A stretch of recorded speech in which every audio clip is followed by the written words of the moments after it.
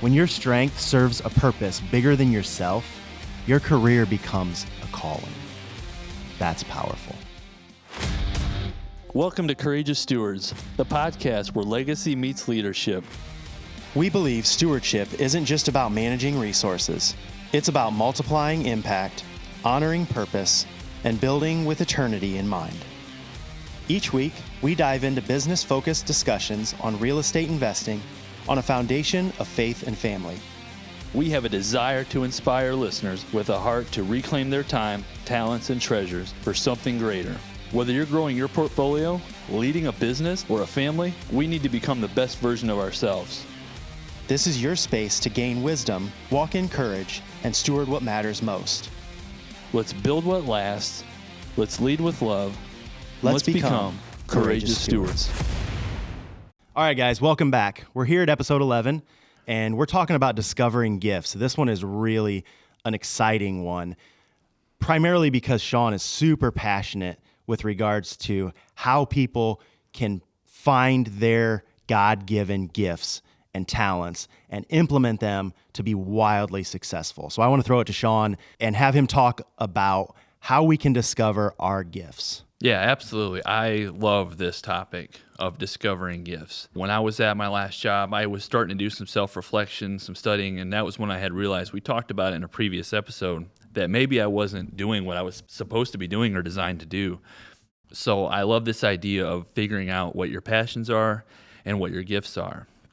And so I found a lot as I was doing some of that at work is I was talking with other coworkers and you would hear their energy change. And I was starting to identify areas that are like, that's your gift, that's your passion. Why don't we entertain that? So today we're going to just jump in to a small roadmap on maybe how you can go dive in and discover what your strengths and gifts are. And so we have this 3D platform here where it's 3 simple steps: discovery, direction, and dedication in regards to how to find out what your gifts are, align them where they should be pointed, and then making sure you're dedicated and committed to utilizing your gifts. So we are going to just be talking about that and give you those steps. I mean, what do you think and how do you feel about this particular topic, Jake? This topic is powerful because I think there's a lot of people that have a desire to do something but just don't know where to start. They feel like they're stuck in a rut. They have to have a W-2 income, or, they have to provide for their family. And so they take the first available thing and kind of sink into whatever that thing is for many, many, many years, never really recognizing their true calling and their true passion. And for that reason, they get later on in life and look back and go, what was I doing? It was for the wrong reason, for the wrong purpose. I didn't challenge myself to be better, to follow the calling that God had on my life. And so I think it's powerful at an early age to really sit back and reflect on what it is that you're called to do and called to be, and some of the ways that you can plug discovery, direction, and dedication into those ideas to bring them to pass. Yeah. So I think it's incredibly powerful, and I hope we can give some inspirational nuggets in this process. The one thing that Sean and I were actually talking about off camera just a little bit ago was that we will listen to hour-long podcasts, and maybe we take 3 sentences from it, and that's the nugget that we hold on to and really capture and recognize and are able to implement that in our lives. So I would encourage our listeners to find those impactful nuggets. Maybe this whole thing doesn't resonate with every single person, but there may be one sentence that's said or one idea that's put out there that you can grab a hold of and implement, and it changes everything for you. Absolutely. So be listening for those little nuggets. So there's the 2 best days of your life: the day you were born and the day that you discover why. That is awesome. That's a what cool a really idea. cool thing. And I've heard that before. That whole discover why you were born, it's reorganizing your priorities. I don't think there's enough people out there that put themselves first in the right ways. It's not about being selfish or making yourself number one or the center of the universe, right? We have to be others focused. But when it comes down to personal growth, discovering who you are and changing the trajectory of your entire life, there's a time and a place to make sure you are number one. Mm-hmm. And so we're going to jump right into discovery, the discovery phase. And for me, the top of that list of discovery is digging into the deep-rooted core values that you have. You've got to know those first, because you can't build on application until you know what the foundation is that it's on. Okay. And so when you're looking back at your core values, for me, it's family, it's faith, and it's integrity. Those are 3 fundamental core values. So I have to know those before I go out and try to apply or discover what other gifts I have. And then everything flows from there. So once I have those identified, I can go ahead and start studying who I am and start to figure out the missing pieces to give myself that direction and make sure they stay aligned with those core values. Okay. Do you go back and reflect on past successes, or how do you initially find your core values? That's a great question. You mentioned reflecting on successes. I think it's ultimately more important to reflect on failures and how you handled it. Okay. So I always go back to where I missed the mark. Where did I drop the ball? Even if it was somebody else's fault on the surface, even others would say that. It wasn't you, man. It was that person. It's like, no, I had ownership in that. So I go back and reflect on those. It's not going to help you necessarily discover strengths. You're going to be able to refine your response to those situations, and it's going to help you develop the gifts you already have. So when I reflect back on successes and failures, it's oftentimes, what did I do right? Or most like, who was around me that helped make that thing possible? But also, what did I do right and what did I do wrong? And so when it comes down to the reflection, an exercise I did quite a while ago was I just took a dry erase board. I was just in my dining room. Nobody was home. And looking back, this was that moment of pivot where I realized, like, I'm not probably supposed to be an engineer. Mm-hmm. So I took a dry erase board, and all I did was I wrote down what I do at my job, just a list of just tasks, to-dos, items, interactions, what the expectations are. I wrote down some things that I like to do, and then I wrote down things that I felt energized when I was doing them. Right. So you look at this list, and in engineering, your tasks, you're sitting, it's detail-oriented, you're focused, you're typically by yourself doing your part of the work. You have some meetings and stuff. And so I wrote those down, and I was starting to see when I got over to the other side where I was feeling energized and fulfilled. It was helping others. It was motivating others. It was people. It was very people-focused and not necessarily at a desk. Yeah. And so I started to see that the gifts I had in me, which were the moments I felt fulfilled, which was oftentimes spent at a desk with a coworker talking about what they're passionate about and helping them align some action steps, maybe being an accountability partner.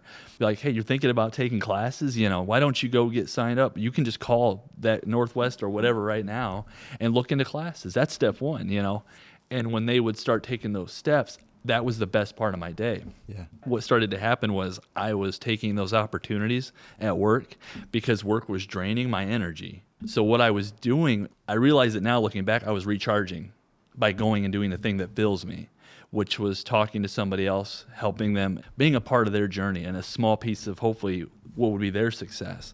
And so it was like, man, this isn't engineering. Like, this is totally different. And so I had realized through those moments of self-reflection and looking back on my successes, my failures, and figuring out the key word here when you're studying yourself is you're energized when you're doing the thing that you're checking out or you're trying or looking into. Right. You should feel energized. Yeah. I think that it's probably a good idea to tell everybody, and we have in past episodes, and you can go back and listen to those other episodes to kind of get an understanding of Sean and I's story from a nutshell. We were both engineers.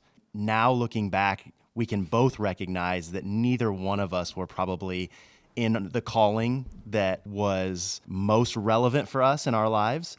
And so it's interesting to reflect now back to when we were engineers and think about how obvious it was that we were not in the place that we were supposed to be in. I think back to my own personal story, and I was an engineer for a number of years, and I knew, well, I had ambition and motivation, I should say, from the start that I wanted to grow in this company. And so I went from the bottom of the barrel and climbed my way up to being an engineer, thinking this next thing is going to be the thing that is going to make me feel like I fit into the calling that God had for me at that time. And so I'm doing everything I can to apply for promotions and do a great job and landed this engineering position. And I got in and I just felt empty. It's not me. It's not what I'm designed to be. And that's not to say that there's not people out there who fit that criteria very well. And that's their thing. And that's awesome. It's just not me. And so while I was an engineer, I started building this real estate portfolio. And the creativity that there is, the challenge of having something new and different every single day, where you're moving and changing and you're improving over here and then you're putting out a fire over here. And that fit me so much better than the engineering world. Mm-hmm. And as I grew my portfolio, I just recognized engineering is not where I'm supposed to be. I'm supposed to be an investor in real estate. Yeah. And so the minute that I stepped out of engineering is really the moment that I began to thrive in my calling. Yeah. And I recognized that that was my why. And that's a really exciting position to be in. At some point, I think a lot of our listeners are listening to us to try to figure that out and capture that why. Yeah. Hopefully we can encourage them to go find what it is that brings them joy, that gives them passion, that they can lean into and become wildly successful at. So discovery is number one. Is there anything else you want to say on discovery? So just real quick, application-wise on this discovery thing, if you want an exercise you can do or start doing regularly here a few times, just to test it and see. If you talk to somebody, if you've got a friend or a coworker and you're like, hey, how's work going? They're going to give you low tonality, which is the fluctuation in volume of their voice, and they may talk about it and let you know how work's going. As opposed to if that individual is interested in hunting or fishing, you ask them about what they did last weekend, and they're like, oh man, my guys and I went hunting last weekend. My buddy got a new shotgun and we went out hunting. It was a great time. All of a sudden their energy's up. That's what you're listening for. The reason is his heart is in the hunting, not in the job. So there's the connection there to be noticed and to be recognized. So when you're talking to somebody, now, not everybody can go make a career out of hunting, but keep talking to other people and see if you see that same situation happen, that same difference, because that's often associated to a passion or an interest of theirs versus something they have to do or are doing to pay bills or to get by or to provide. And we've all got to be doing those things for sure. It's important. I'm not saying like quit your job tomorrow and go open a hunting shop if that's your interest. It needs to be done in a way that's smart and risk is mitigated and in a process. But just talk to people and listen to the volume of their voice. Oftentimes the energy's coming out, and that's that thing that's resonating inside of them as a passion or an interest. And on the flip side of that, I would also encourage our listeners to find those peers or mentors or people that they really look up to and talk to them about what they recognize. You know, like I'm coming to you and saying, what do you recognize in me that you find I'm passionate about? Like, what is the niche that I need to be involved in? Because I don't really see it. It's not clear to me. And I think if you surround yourself with those few people that you really look up to, that you value their opinion, and they can be totally and completely honest with you, 100%. You'll hear in what they say very clearly in most cases where you're supposed to be and where you're very clearly not supposed to be. Yeah, that's good. That's one of the next parts in the discovery phase is seeking feedback. Yeah. Talking to people around you and being humble enough to receive the input. Not everything's value add, but if you can filter through what is noise and what is actually tangible or has some underlying truth to it, that's the part you've got to go get and be like, okay, he's right. I see this, this, and this. I don't see that as much, and I'm not sure why they said that thing. Because some people just get a jab or they just make a negative comment that has really no substance to it. Right. And our job is to ask for feedback, be humble enough to receive it, not take offense, because as soon as you take offense, you've lost the value of feedback. That's like a brick wall. So being humble enough, hearing it, receiving it, all of it, and then you filter out what needs to go and what needs to stay is a great way to do it. So talking to your peers, mentors are great because oftentimes a good mentor has the vision to see where you could go, and they'll encourage you to do it. Yeah. You might have a family member or somebody that you've known for years. We've talked about it in the other episode, in Reason, Season, and Lifetime, and they're going to tell you something, but it's often going to be in the world they understand it, how it is and how they came up. It's not in the world that could be or your potential. It's always about what they know. So you've got to be careful with that feedback too.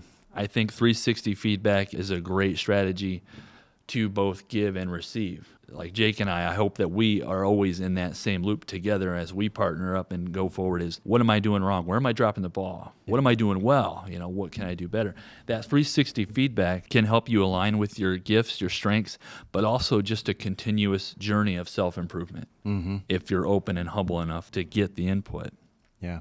So it's best to surround yourself with mentors rather than just hear all the noise. Hone in on those couple of people that you value, trust, and respect to pour into your life, to give you guidance, encouragement, and direction, and not just allow everybody around you who has a voice to pour into you and give you that negativity that you can't do it, you're not good enough, you shouldn't, but rather maybe allow their voice to continue to speak and just not let it enter your heart. Yeah, that's really good.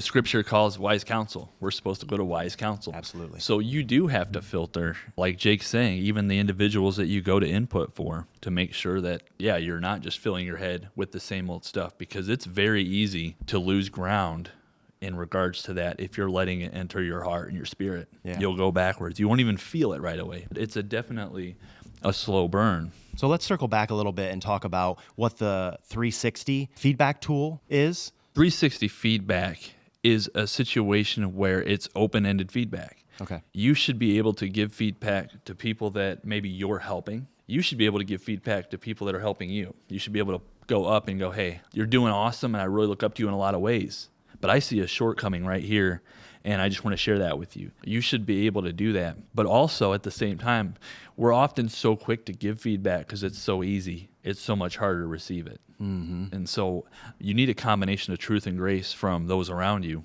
because a real friend that's close to you is going to tell you that you're messing up. And you're doing good here and here, and I've seen you make efforts here, but you're dropping the ball here, man, and I need you to, we've got to look at this and see what we can do. So that 360 feedback is a complete feedback loop, regardless of position, title, priority, seniority, or even what you feel about their level of influence. It should just be all around. So it's like a 4-person feedback circle or square, I guess you would say. It's feedback from, let's call it a manager, somebody that's your superior in a place of business, or if you own your own company or you're working within a company, it's somebody that you answer to, giving you feedback. The next step would be somebody that's your peer, somebody that you're working alongside, maybe in the same genre or however you want to call it. And then somebody who is a direct report to you. You can get their feedback. And basically what you're doing is trying to gauge where the overlying feedback is at from all of these different angles. Your fourth is just self-assessment. You want to assess what each of those people have said and how you perceive yourself, and kind of put those all together to capture the most important pieces of what they're all saying and implement that in your life. Is that right? Yeah, like you added that self one. That's an important one, because it's being able to hear all that, look at it. I think that self part is what you do with it. Yeah. We can talk about who to talk to all day and who should tell you this or that, but it really, what matters is what you do with it. I say that a lot in coaching. If I'm going to coach somebody and come alongside them, you will get my time. I will absolutely pour into you. I will walk alongside you. I'll hold you accountable. We'll meet once a week. If you're not applying what I'm giving you and it's not changing anything, I got to go. I got to move on.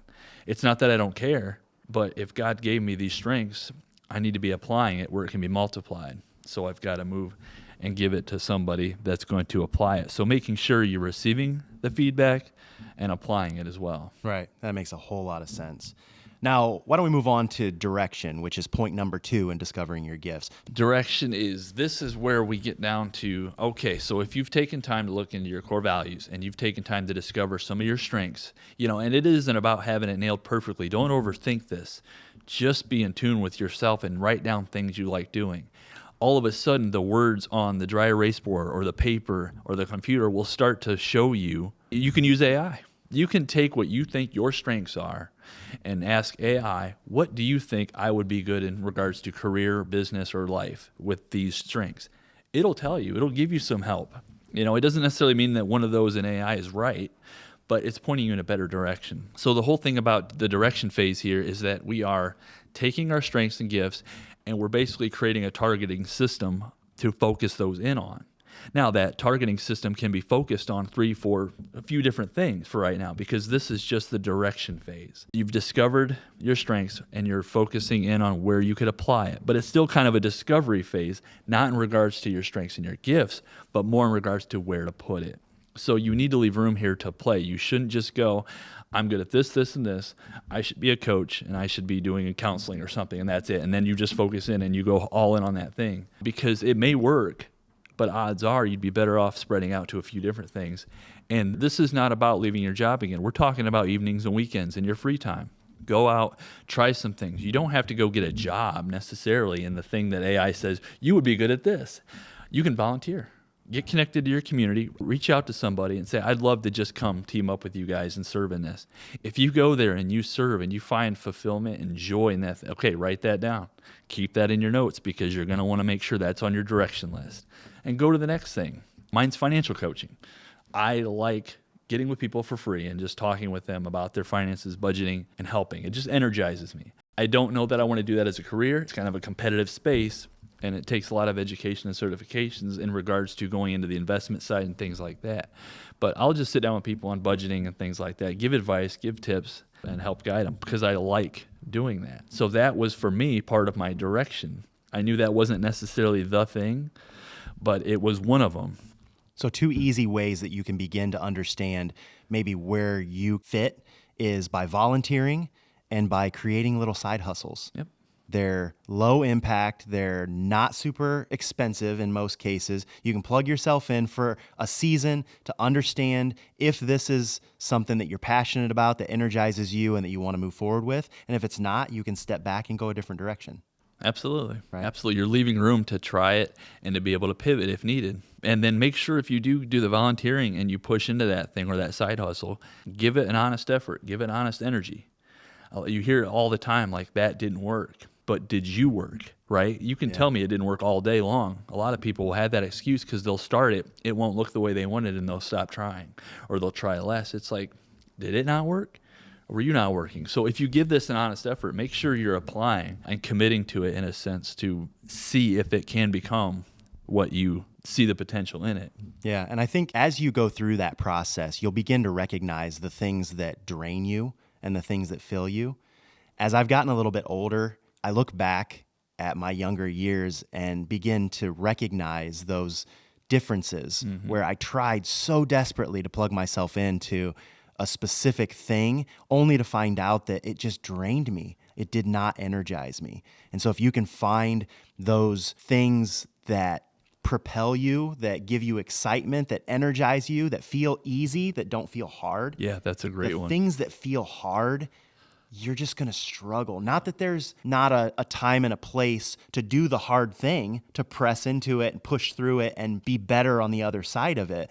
But as an overall perspective on direction, try to figure out what things are exciting and energize you and what things just drain you and pull you down. Find those exciting things and plug yourself in.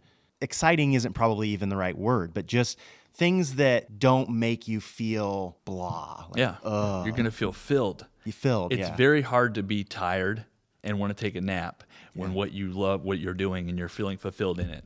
Yeah. Energy runs with fulfillment. It's crazy. Perfect example of this is someone who's primarily an introvert, which I kind of am. My wife is more so. And so putting yourself out there to speak to people, to be on a public stage, that feels exhausting. It doesn't feel energizing. And so those things are hard. And like in my wife's case, she wants nothing to do with that. I hate talking on here. I'm do. just terrible. I don't even like this.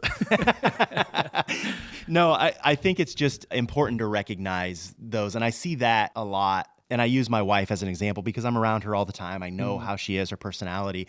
And that absolutely drains her. And then other things that I see her do, she loves to do. She does the editing for our podcast. She thrives in that. She can sit at her desk on her computer and make us look and sound way better than we actually are. Incredible. It is incredible. But that's her world. That's what she thrives in. And I don't necessarily understand or align with all those things, But I understand that when she's in her world, that's where she's supposed to be. And I think a lot of people can step back and look at what makes them excited or what feels easy. Yeah. And step into those, lean into those things, and, Right. and not so much into the things that just are such a drag, if that makes sense. Absolutely, it does. So when you start to dive into this direction phase here, there are like 3 areas to really just pay attention to. Everybody's got drainers, they've got competencies, and then they've got geniuses. Your drainers, you're going to know because it's that thing you're doing that's just pulling the spirit out of you. You're just like, I just wish this was done. If I have to do one more of these, I'm going to lose it. Competencies often can disguise themselves as geniuses because it's something you do pretty well and you get done. You don't necessarily hate it, and you start to call it, part of the job that's not too bad. And so you just kind of fill the competencies. Your geniuses is where you are thriving in it, you love doing it, you feel energized after you do that thing. And like Jake was saying, what's incredible is you'll know what you're really good at when it looks like magic to somebody else. Like they're amazed at what you're doing. And to you, it's just practical common sense. You've just studied it. You love doing it. It almost seems impressive to them. So those are 3 things when it comes to direction you can be listening to while you're going out and trying these different things to see. Yeah, I really like that information. That's some good things to think about. I would say one other thing that comes to mind, I would encourage people to step into the things that they're really good at and not try to take the thing they're really bad at and get better at it. You can get unbelievably caught up in all of the things that you feel like you're bad at. And we're almost told in today's society, you should work on the things you're bad at. You should improve those things that you're not good at right now. And I think the thing that makes people wildly successful is when they recognize their talent and skill, they lean into that and they become great at that thing. They don't focus so much on the things they're bad at. They recognize the few things they're really good at and become wildly successful because they're excellent at those few individual things. Yeah. Right? Yep, I think that's a great point. You'll exponentially increase your strengths if you focus on them. You will always marginally increase your weaknesses. Yeah. You're not designed for it. We're told that our jobs, that was wrong. You made a mistake. You didn't do this good enough. And I wish more employers had more opportunities to put people in positions where they would thrive. And I know that's just not the case. There's too much to be done. But they would see tremendous improvements putting people where they thrive. And it comes down to that. Yeah, because you're trying to tell me to increase or improve in something I'm weak in. I can't change the design that I have for myself from God, Right. It's a great point. Right. So moving from direction into dedication, once you've figured out where your zone of genius is, now how do we apply it? So this is now, you've gone through the discovery phase. So we've taken time to study ourselves, learn ourselves, and establish what those are. We've explored some different avenues, some different options in regards to where do we find our fit that align with our gifts the best. Now it's time to commit. This is where it gets down to picking that thing and going after it all in. It's a serious degree of commitment here because it's going to be hard. It's not probably going to take off right away. So you have to still be willing to press into this thing off to the side for a while to build it. And you'll start to see it work because you're doing what you love to do. And it won't feel nearly as exhausting or as much as you think it will. When I was trying to work full-time and do it, and I think Jake shares the same thing, I loved after work. I loved my early mornings because I'm like, here we go. And so I think you'll find the same thing as long as you're aligned with those gifts and those strengths, because I love talking about it. I love studying it, and I like doing it. I talked about it more at work than I did work. Right. That was part of the reason, like you start to see, like, I shouldn't be here anymore. This isn't serving me or the company. And you start to realize, like, I need to go. So I'm hoping, my prayer is that everybody listening takes some time to discover, direct, and dedicate and change the trajectory of their lives, and that anything in this would help them do that. Now, when it comes to dedication, this is a big ask on the commitment side because this takes action. This is early mornings, late nights. This is really that degree. I had a conversation with my wife and kids when I started the business. I'm like, Dad's got to disappear for a year. It wasn't that I wasn't going to be present in anything or just be gone, but I was going to be a lot less present because I needed a year to give it the time to grow the thing, to make it big enough to leave the other thing. It was just a temporary sacrifice to grow it, and it worked. You need to disappear for a year and grow that thing. And the main thing here when it comes to dedication and commitment, and I think this resonates with anything job-wise, personal-wise, everything. And Jake, you mentioned it earlier. It is your why. This why has got to be bigger than you. Don't go into this, try to discover, direct, and dedicate because you want to make more money. You're going to lose. That cannot be the focus. If it's about helping others, generosity, creating avenues where we're going to give somebody else an opportunity, being able to pour into others that are trying to do the same thing, maybe you actually did get it and it's working. Give somebody else that guidance and that mentorship. Don't pigeonhole what you're doing. Share it. Jake and I have mentioned it before. Success is a byproduct of generosity and service. You have to stay focused there. Figure out why you're doing this thing. Ours is for LifeWise Academy. We're fighting human trafficking. Our business is basically our little systems that donate and give to these charities. That's awesome. You know, we're growing a successful business. We're growing wealth. But the why is bigger than me. So I get up in the morning, it's because we might impact somebody who's in human trafficking. I get up in the morning, it's because we might reach that child that doesn't have a dad anymore who's going to LifeWise Academy that knows he now has a father. Like, that is the why. Yeah. So if you latch onto that, bro, you're getting up early. Yeah. Because you are across the level of just money in the account to impacting the world. You need a why. So I think dedication, commitment is a call to action, and all that's great. But have your why here because it will drive you. Yeah. I mean, it's a motivator. Absolutely. Entrepreneurship is this idea that you're going to start something and be wildly successful. I've learned through the process of being an entrepreneur that it's more about the challenge, the frustrations, the hardships, the grit and dedication you have to have in order to hopefully at some point get to the place where your company is successful. But it takes an unbelievable amount of time, effort, strain. It is a struggle. So true. And anybody that thinks that you're just going to start this and next year you're going to be a multimillionaire and everything's going to be successful and you'll have employees doing all the work for you and you'll be able to sit on a beach drinking Mai Tais, it's just not the case. Yeah. You know, you have to have an unbelievable resiliency and commitment, dedication to that thing that you've decided to pour into. Absolutely. No matter what, I will never give up. I'm going to go do this. And you have to go, even when it looks like you're going to fail, when it's not going the way you thought, when you're pouring money in rather than getting money out. Oh my gosh. Yeah. That resonates with me personally. It's just, I still have seasons where I'm like, are we doing this right? Is this going to work? Yeah. It's just always a question. I know it's going to work. I trust that God's in it and he's going to make a way and we're going to grow this thing. But yeah, that's such good stuff right there, Jake. I think our society, a lot of times, they don't really capture what dedication means. We want it instantly. Yes. There's a problem that there. Society. Yeah. We're the society of instant gratification. Yeah. If we can get past that to the point where we understand this is going to be stinking hard. You know, we're not going to be wildly successful next week.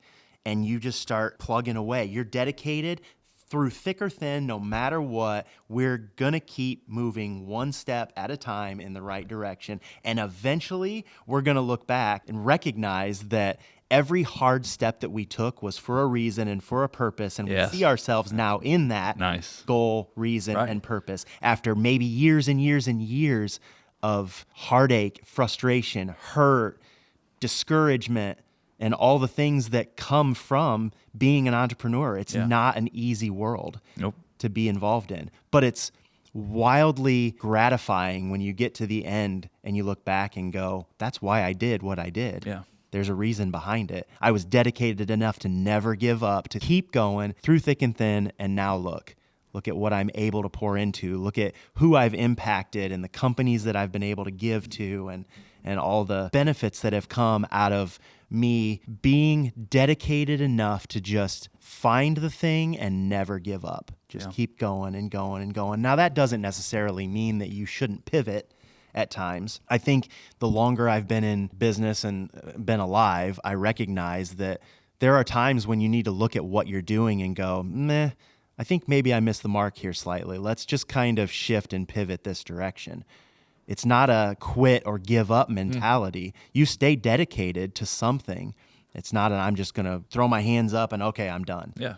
But there is some wisdom in redirecting your focus slightly, but staying true to your original why, I think is a great way to put it.